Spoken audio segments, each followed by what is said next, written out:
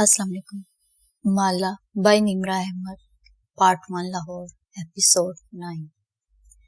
لوگ سمجھتے ہیں کہ تم بیمار نہیں ہو، یہاں تک کہ وہ بیماری کو تمہارے چہرے پہ نہ دیکھ لیں، ایک ایسے نقشے کی مانند جو درد کی ہر منزل تک جاتا ہو۔